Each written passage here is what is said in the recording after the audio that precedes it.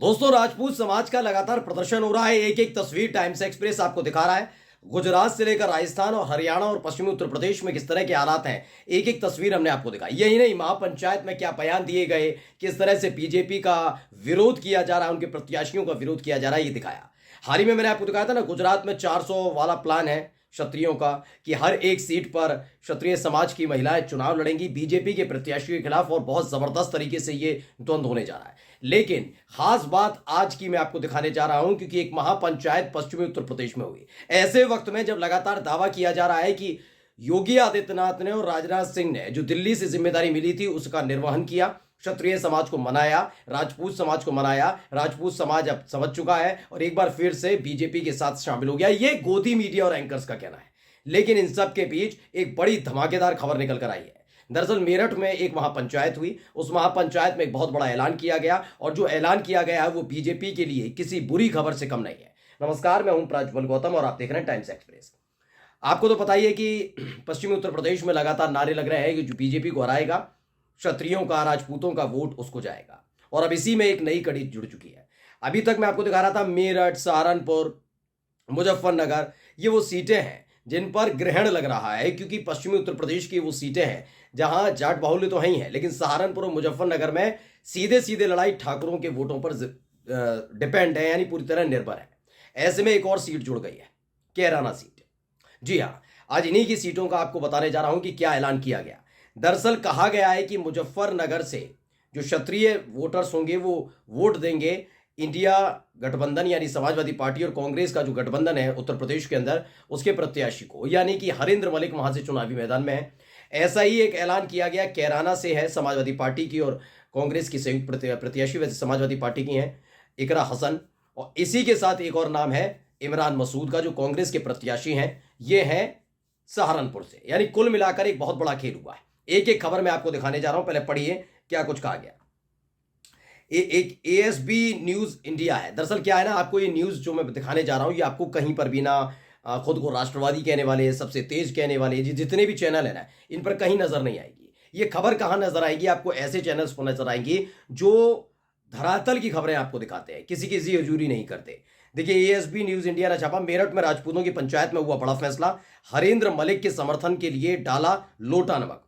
ये लोटा नमक का मैं पहले जिक्र करके बता दूं, ये लोटा नमक है, बढ़िया परंपरा है इनकी अपनी, खासकर पश्चिमी उत्तर प्रदेश में और हरियाणा में इसका एक अपना महत्व होता है। कहा जाता है कि लोटा नमक जब ये करते हैं, चाहे वो जाट समुदाय से आए या फिर राजपूत समाज से, क्षत्रिय समाज से आए, जब ये लोटा नमक किया जाता है, यानी एक वचन से बंध जाते हैं।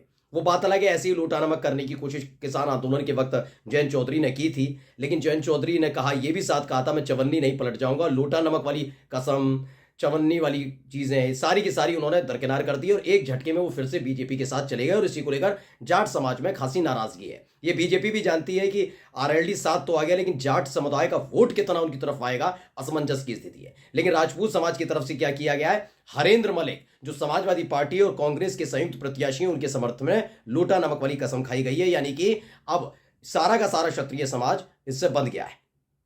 पहले मैं बता दूं हरेंद्र मलिक है कौन। ये मुजफ्फरनगर से कांग्रेस और समाजवादी पार्टी के प्रत्याशी हैं।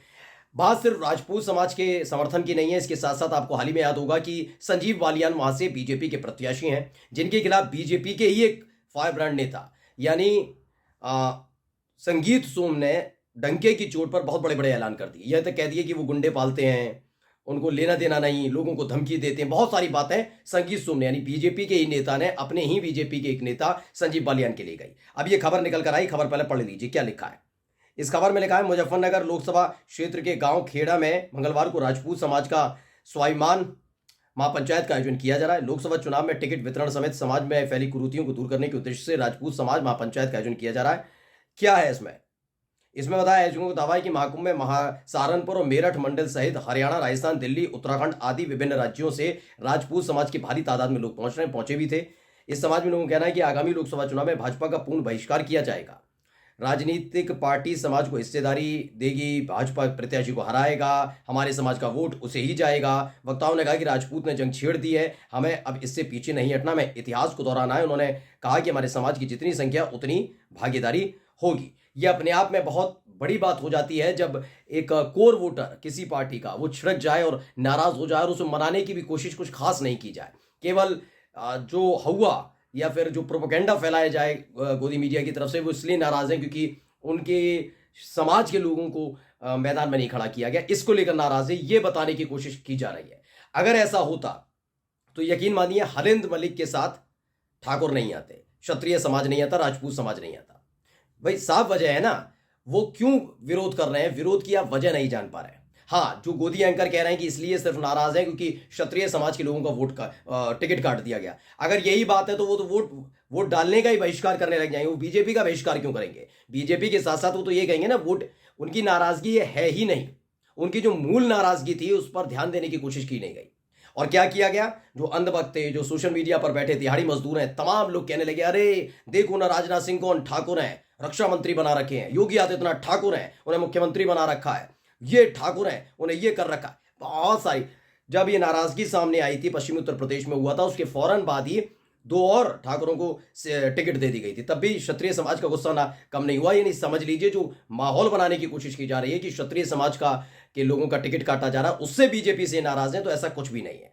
खबर क्या है? खबर में साफ साफ बता दिया गया है कि इस बार साथ दिया जाना है हरिंद्र मलिक का, और लोटा नमक वाला उन्होंने कसम खाई है। ये पहली खबर थी।